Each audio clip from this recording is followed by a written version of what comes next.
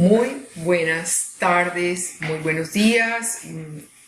Les saludamos, les mandamos un abrazo muy grande desde Dallas. Muy felices de volver a compartir con ustedes esta palabra que el Señor nos ha entregado. También muy felices de saber que nuestro pastor Alpidio estuvo ya en la congregación con su palabra poderosa, lleno de energía y con un testimonio muy hermoso porque el Señor lo levantó, lo sanó y nos lo regala por muchísimo tiempo más. En esta ocasión, mis hermanos amados, vamos a hablar de la familia Primera Iglesia con altar de fuego. Ese es el título que le he dado a esta enseñanza y les pido el favor de que me acompañen para pedir a nuestro Dios que nos guíe, que nos ayude y que su Espíritu nos bendiga. Padre Santo, es una alegría muy grande estar alrededor de tu mesa, alrededor de tu pan y de tu palabra y traer en esta ocasión el mensaje que tú nos has entregado. Para nosotros, para nuestra familia, Primera Iglesia, para nuestra congregación, para todos estos hermanos tan amados. Espíritu Santo, guíanos, enséñanos.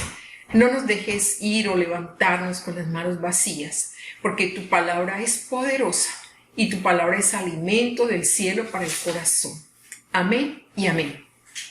Bueno, mis hermanos, como les decía, el tema es sobre la familia que está allí guardadita por estos días tan largos, que sigue siendo la primera iglesia y que está ahora necesitando encender un altar de fuego, un altar de amor, un altar de adoración.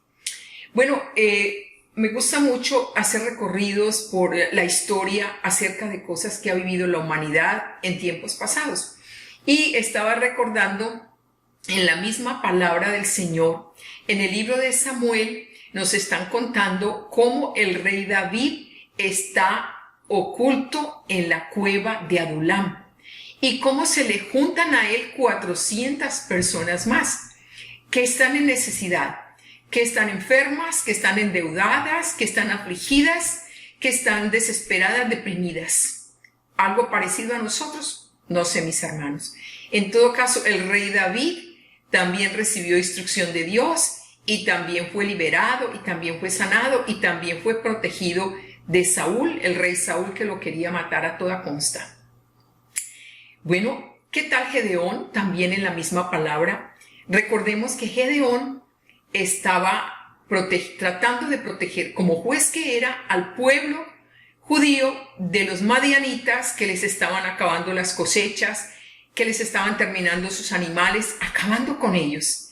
Entonces Gedeón también se tiene que esconder en la cueva para sacar el trigo, para limpiarlo de las espigas y para almacenarlo.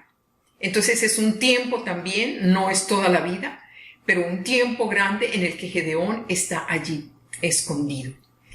Bueno, hay una historia que sí es ya muy verdadera, de un tiempo muy doloroso, como fue el holocausto judío en manos de los nazis.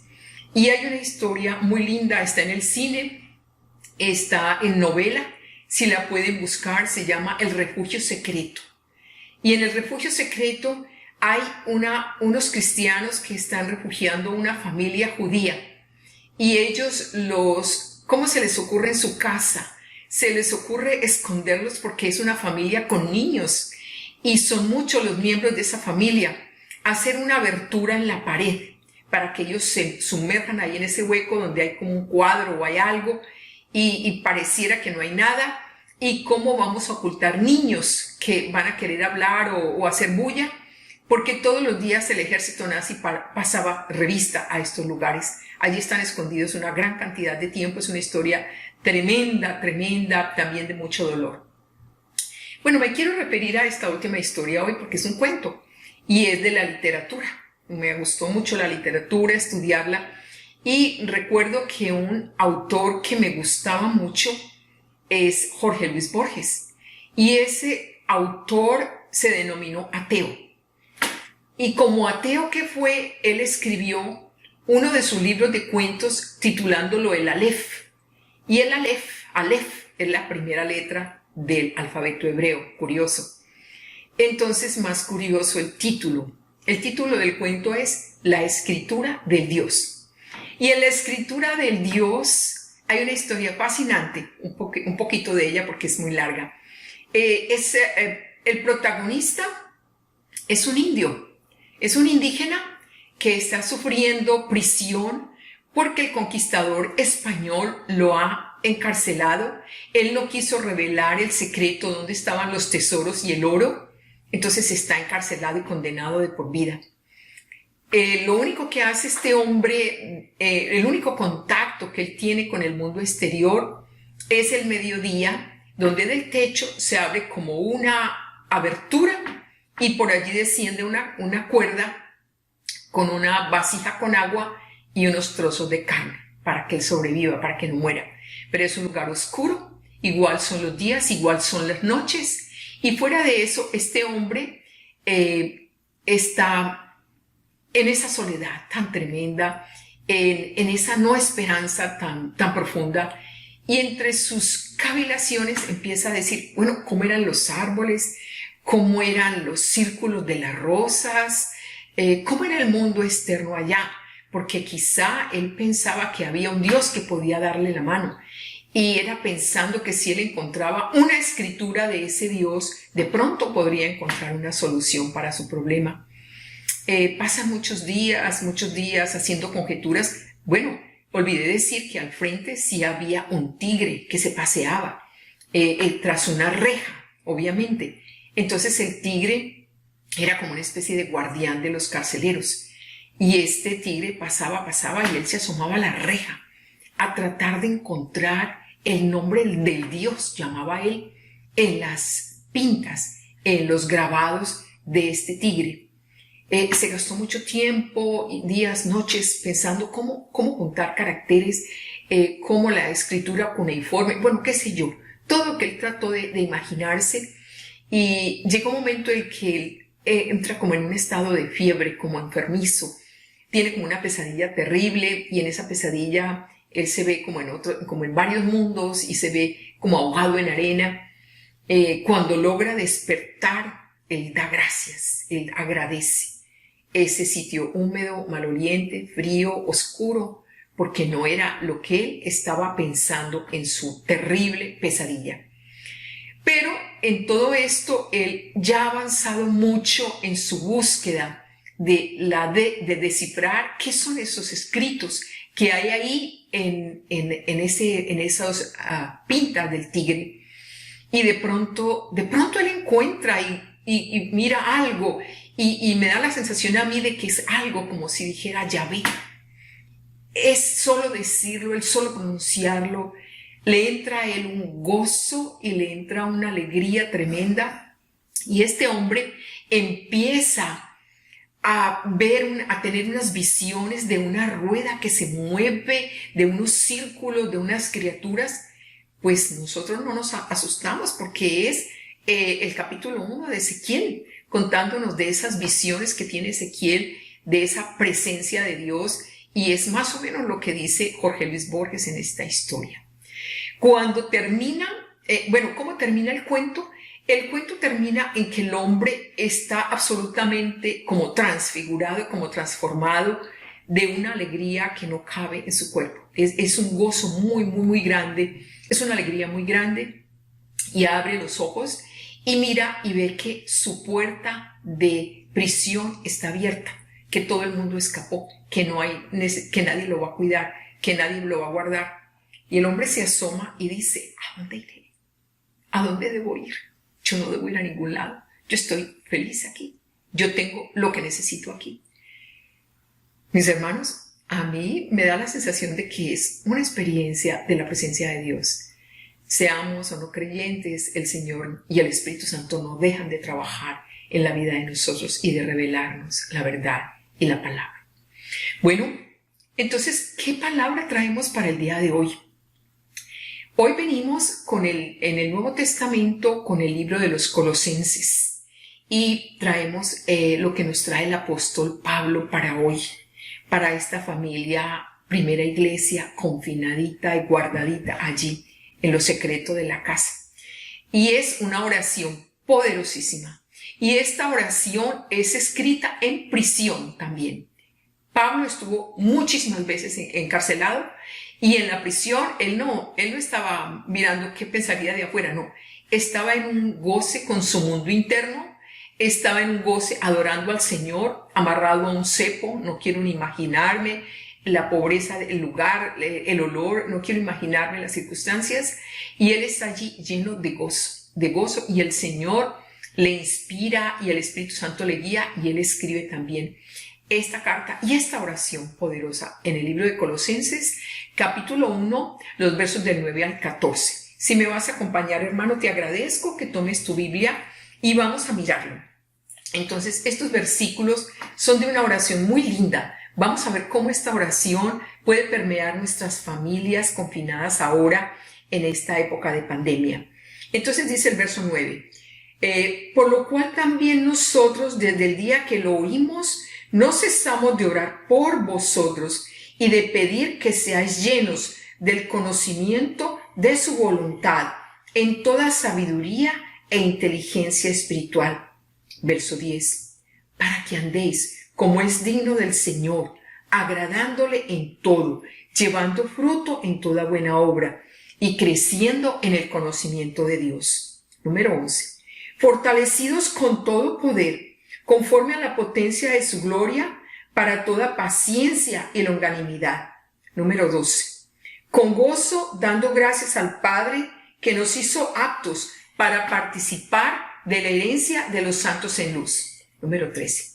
El cual nos ha liberado de la potestad de las tinieblas y nos ha trasladado al reino de su Hijo amado. Y 14. En quien tenemos redención por su sangre y el perdón de pecados. Mis hermanos, entonces, ¿qué nos está diciendo el Señor? ¿Qué nos está hablando en este día acerca de esta palabra? Acerca de esta oración del apóstol Pablo en prisión por los colosenses, por la gente de Colosas. A ver si nos parecemos un poco la familia, nosotros, a los colosenses. Bueno, estamos ubicados, Colosas es una ciudad de Asia, del oeste de Asia, y perteneciente básicamente como a habitantes griegos y romanos y judíos. La ciudad es pequeña, parece que viene más bien del colosal, como que fue una ciudad, la palabra colosal, una ciudad brillante que ahora está más apagada y que ahora ha perdido como ese auge o ese empuje que tenía. Esta ciudad ya tiene una iglesia que el apóstol Pablo había iniciado, pero se estaba permeando de doctrinas, de herejías, de mentiras, de falsos maestros, será parecido a la realidad, que andan enseñando unas filosofías raras, algo así como una sopa cósmica, incluyendo criaturas aladas del más allá, entre ellos ángeles, que vienen con poderes y que traen soluciones. Ojo, mis hermanos, ojo si se les parece algo de lo que está pasando. Entonces el apóstol Pablo muy energéticamente está orándole al Señor. Y nos dice en el primer verso, nos dice que Él no deja de cesar de orar por nosotros para que seamos llenos del conocimiento de la voluntad de Dios. ¿Será mi voluntad la que yo le pido a Dios que haga? ¿O será que yo humildemente le digo al Señor que me muestre cuál es la voluntad de Él? Hágase tu voluntad en la tierra como en el cielo. En la vez pasada hablábamos del pan de cada día. Hoy vamos a mirar esa voluntad de Dios, que es absolutamente poderosa en el cielo y en la tierra, y es la única, y es a la que debemos someternos. Entonces, que estemos alineados a esa voluntad de Dios, a lo que Él quiere de nosotros. Y no es, Señor, haz esto, haz lo otro. No nos da ni pena, no nos da ni rubor decirle al Señor que haga la voluntad de nosotros. Y no humildemente, Señor, ayúdame a entender lo que estás haciendo, porque es que la buena voluntad de Dios es buena, agradable y perfecta. Y nos dice de esa voluntad con toda sabiduría y con toda inteligencia espiritual. Me lleva a pensar este verso también en el libro de Romanos 12:2, cuando nos dice que no nos conformemos a este siglo, que no nos conformemos a las cosas del mundo, que seamos más bien transformados, que sea de una transformación de nuestra mente, para que podamos ver con esa mente transformada cuál es la buena voluntad de Dios, agradable y perfecta. Bueno, viene el versículo 10. Entonces nos dice en el versículo 10 que nosotros vamos a caminar como dignos del Señor, que le vamos a agradar en todo, le vamos a agradar en todo.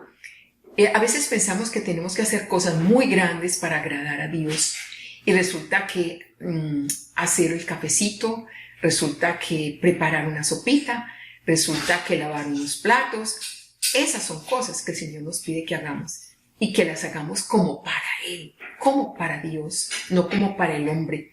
Que hagamos esas cosas con todo el amor y que ese amor se refleje en lo que estemos haciendo, por más sencillo que sea. Y que entonces así vamos a llevar fruto en toda buena obra. Guay, que me imagino ese árbol de frutos, mis hermanos, que ustedes y yo tenemos que cultivar para que se dé el fruto del amor, de la alegría, del gozo, de la paz, de la paciencia, de la mansedumbre, de la amabilidad, de la bondad y del autocontrol. Bueno, ahí están los frutos del Espíritu Santo. ¿Y qué tal el fruto de compartir esta salvación tan grande con las personas que no la tienen aún? ¿Y qué tal el fruto de saber que ahora tenemos un presupuesto escaso por esta pandemia, tenemos pocos recursos y que de lo poco que tenemos podemos darle a alguien algo que está más necesitado que nosotros? Increíble. Entonces nos va a permitir crecer en ese conocimiento de Dios. Muy hermoso pensar que nosotros anhelamos crecer en el conocimiento de Dios. Y volvemos al rey David. En el Salmo 27, tan bello salmo, tan poderoso para cuando tenemos miedo y peligros, hay como una especie de descanso hacia el 4º versículo, donde nos dice que una cosa, dice el rey David, una cosa le he demandado al Señor y esta buscaré, y es que esté yo todos los días de mi vida en la casa del Señor para ver la hermosura de Él y para meditar en su templo. Entonces, ¿cómo no pensar que en esa cercanía con Él vamos aprendiendo de Él, vamos teniendo comunión con Él, vamos guardando el aceite que estamos necesitando para estos tiempos? ¿Se acuerdan de las vírgenes necias y de las sabias? Guardando el aceite. Vamos teniendo esa intimidad con Él, que es tan necesaria, que nos da tanta paz, que se asoma a todos los lugares de nuestra casa cuando nosotros estamos en comunión con Él. Número 11. Dice, fortalecidos con todo poder, conforme a la potencia de su gloria, para toda paciencia y para toda longanimidad. Entonces, ese poder, ese empoderamiento que el Señor nos da, viene por la obediencia, viene por la sumisión a Él. Sobre todo en momentos en que en la familia y al interior del hogar, tan guardados y tan rutinarios en este ambiente, nosotros nos vamos llenando de dificultades, sobre todo en las relaciones personales con las personas de la familia. Entonces, hay dos oportunidades, hay dos opciones. O me pongo en batalla con ellos o pongo una resistencia a la rabia, al maltrato, al insulto, y me voy llenando de esa paciencia. Y me voy llenando de ese amor.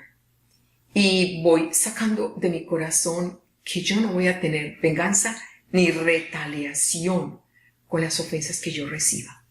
Al final vamos a hablar un poquito de esa no venganza o de esas personas que nos van ofendiendo a veces en el camino de nuestro diario vivir y vamos haciéndole acumulado. Me hizo, tú. Como calculadora vamos poniendo todo lo que nos hizo.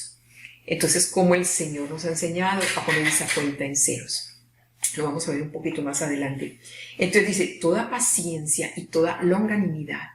Entonces dicen algunos de los que explican la palabra longanimidad, pues que es esa amabilidad, esa bondad y esa paciencia para con las personas difíciles.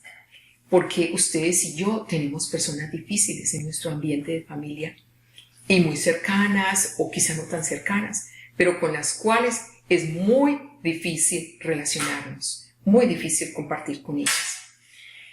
Viene ahora el número 12, verso 12, nos dice que con gozo, dando gracias al Padre. ¡Wow! Y es un gozo muy diferente de la alegría. Es un gozo de júbilo, porque es que el regalo más extraordinario, más grande, ya el Señor nos lo dio, que se llama la salvación. Eso nos tiene, mis hermanos, que llenar de gozo, de todo el gozo.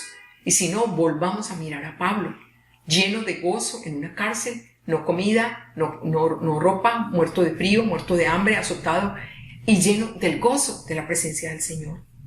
Entonces, el gozo es porque también Él nos ha equipado y nos ha preparado para que seamos hijos legítimos. Como dice Pedro en su primera carta, cuando nos dice que somos real sacerdocio, nación santa, pueblo escogido, para anunciar las misericordias de aquel que nos sacó de las tinieblas a su luz admirable. ¿De dónde nos sacó el Señor a ti y a mí? ¿De cuál tremenda oscuridad y tiniebla nos sacó? Y cómo nosotros tenemos que cuidar, dice el apóstol Pablo, este regalo tan grande que se llama la salvación. Me hace recordar también en Josué y su conquista de la tierra prometida. Dios mío, cuántas batallas, cuánto sufrimiento, cuánta estrategia, cuánta oración para poder asumir esa conquista y para poder ser victoriosos en esa conquista. Entonces él dice cómo nos ha sacado de ese mundo de oscuridad, de ese mundo de tinieblas, y nos ha llevado al mundo de la luz. Hermoso verso, poderosísimo verso. Estaba pensando que en el libro de Hechos también hay un verso parecido. En el ministerio de madres que oran por los hijos, alguna vez lo oramos allí en la iglesia, y yo lo he estado orando con mis madres por los hijos y las escuelas, y oramos y decimos, sácalos a ellos, a nuestros familiares no creyentes, de las tinieblas a la luz, del poder de Satanás a Dios, para que ellos y nosotros tengamos perdón de nuestros pecados, tengamos un lugar entre los santos y nuestro nombre sea escrito en el libro de la vida. Vamos al último verso que dice que nosotros tenemos, dice aquí, en quien tenemos redención por su sangre y perdón de pecados. Entonces, en ese Cristo, Mesías, que padeció y que murió, tenemos redención, tenemos perdón de pecados. Es increíble sentir que perdonar el pecado es quitarme ese peso de la espalda, esa opresión del corazón, ese dolor en mi corazón. Entonces fuimos pagados con precio de sangre. Ustedes se imaginan, hermanos, en la época antigua cuando a la gente la vendían como mercancía y eran esclavos y tenían que servir a los amos por tanto tiempo y hacer no lo que querían. Algunos de ellos tenían hasta un piercing, como un roto en su oreja y una marca. Vea, este le pertenece a este señor y este a aquel. Nosotros fuimos sacados de ese mundo de esclavitud, de oscuridad, de pecado, a las tinieblas y a la luz admirable. Entonces somos libres, tenemos libertad. Bueno, mis hermanos, es una oración para orarla, aprenderla y clamarle a Dios. Todos estos preciosísimos versículos que nos dicen que seamos llenos del conocimiento de la voluntad de Él, que demos mucho fruto, que seamos fortalecidos con todo poder, que nos entrenemos en la paciencia, que llevemos el gozo donde quiera que vayamos, que nosotros fuimos comprados y rescatados y que vamos a esa tierra prometida, porque Él pagó precio de sangre por nosotros. Mis hermanos, hay una parte muy linda. Entonces, prácticamente en este hogar que tenemos ahora, en esta familia que tenemos ahora reunida, nosotros estamos pensando, ¿y cómo le vamos a hacer? Si es que este piensa así, aquel asá. Aquí hay una cantidad de prototipos muy duros en esta familia. Hay el que es violento, el que agrede de palabra, el que tiene adicciones, el que insulta, el que abusa, el que reniega, el que hace tantas cosas tan duras, tan difíciles de soportar. Mis hermanos, en medio de todo, si esta familia que estaba huyendo del pueblo nazi, todos ellos metidos en la ranura de la pared no sé cuántas horas, y todos los días era como una rutina, ¿dónde vamos a tener una ranurita en esa casa pequeña o en ese departamento donde hay tanta gente? Un espacio de intimidad con nuestro Dios, para que hablemos con Él y le contemos todo esto, para que pidamos esa fuerza, como decía David, para ir allá a la casa de Él, para meditar en su templo, para ver su hermosura y su belleza, para bajar de los cielos a la casa, esta familia y este hogar. Hay una fórmula muy sencilla, hay un consejo maravilloso. Adora, adora y adora. Por eso es ir encendiendo leños en el hogar de adoración y de presencia de nuestro Dios. Qué tremenda transformación se van haciendo en los hogares cuando hay alguien, siquiera un miembro de la familia, que adora y rinde su corazón. Y esa sola persona de la familia, si es que lo demás es un caos, es un hacedor de paz, es un instrumento de paz. Acordémonos de las bienaventuranzas y en el capítulo 5, el verso 9, cuando el Señor dice, bienaventurados los hacedores de paz, porque ellos serán llamados hijos de Dios. Si eres un hacedor de paz, eres hijo de Dios. Y si no lo eres, empieza por ser ese ministro de la paz al interior de tu hogar. Vamos también a Efesios, a la armadura de Dios, al capítulo 6, verso 15. Calzaos vuestros pies con el evangelio de la paz. Pongámonos esos zapatitos de la paz. Tengo enojo, tengo dolor, tengo rabia. Vete por allá un ratico a la ranura, qué sé yo, y cambia de zapatos y ponte los zapatitos de la paz, que son parte de la armadura de Dios. Y que lo que tú digas no sea para encender el enojo del otro. Y que lo que tú hagas no sea para provocar a alguien más allá. Porque tú te has ido fortaleciendo con todo poder, como está orando Pablo en la oración que acabamos de ver. Entonces, que seas ese hacedor de paz. Que tus pies te lleven a ser mensajero de la paz. Y que nunca vayas a encender otras hogueras diferentes de la hoguera de adorar. Entonces, mira que ahí tienes un trabajo tan importante para hacer. Que nuestro hogar no sea esta cueva de David, o la cueva de Gedeón, o la cueva de yo no sé qué, de los ladrones de Alibaba, tantas cuevas de las que hemos oído hablar. Que no sea una cueva, que no haya cuevas espirituales, que esos espíritus estén levantándose y saliendo fuera. Salmo 68, 1. Levántate, Señor, y esparce todos tus enemigos ahora, y espárcelos como el humo y derrítelos como la cera. Y empieza a enumerar todos los espíritus que hay. Dile, Señor, saca el enojo, saca la venganza, saca la ira, saca las palabrotas, saca la maledicencia, saca la deshonestidad, la inmoralidad. Todo lo que tengas que sacar, sácalo de nuestra casa ahora. Y más bien empieza a tener una idea creativa con tu familia. Hemos visto personas hacer cosas increíbles en este tiempo de confinamiento, gente inclusive próspera con los negocios.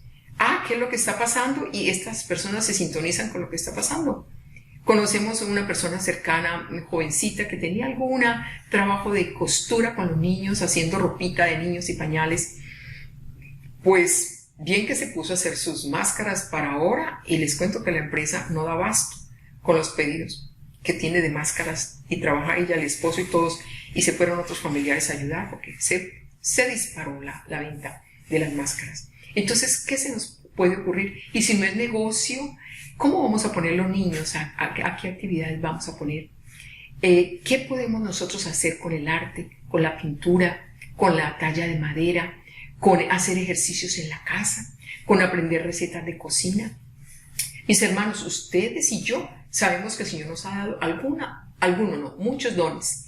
De esos dones que nos ha dado, ¿cuáles podemos usar para la gloria de Él?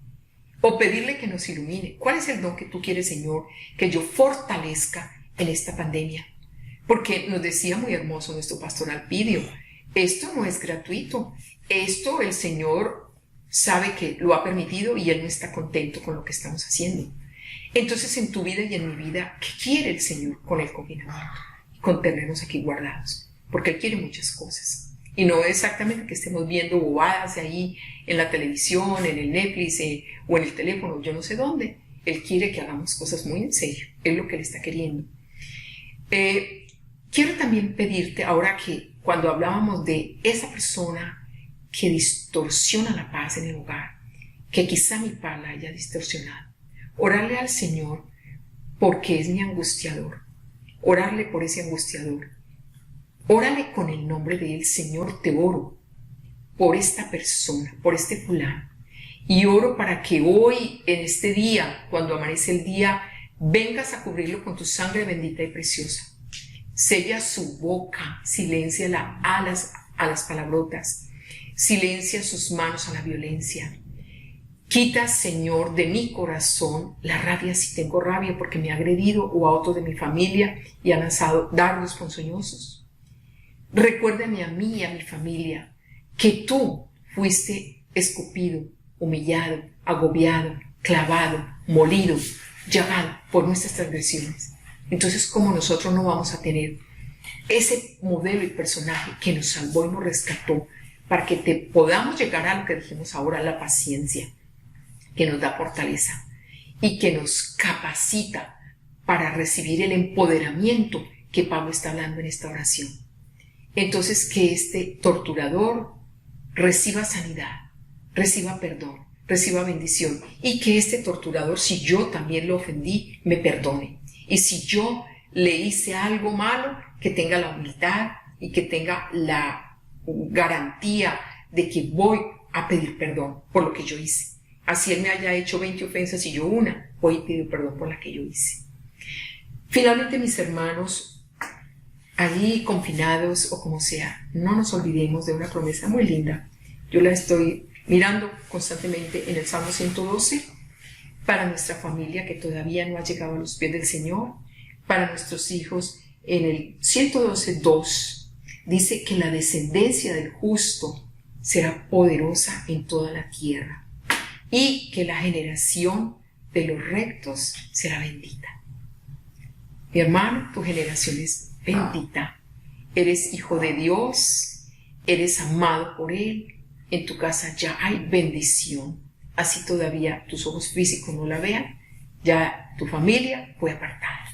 Tus hijos son apartados. Tu familia fue separada para la gloria y la honra de nuestro Dios. Hermanos, muchas bendiciones. Dios los bendiga y hasta pronto.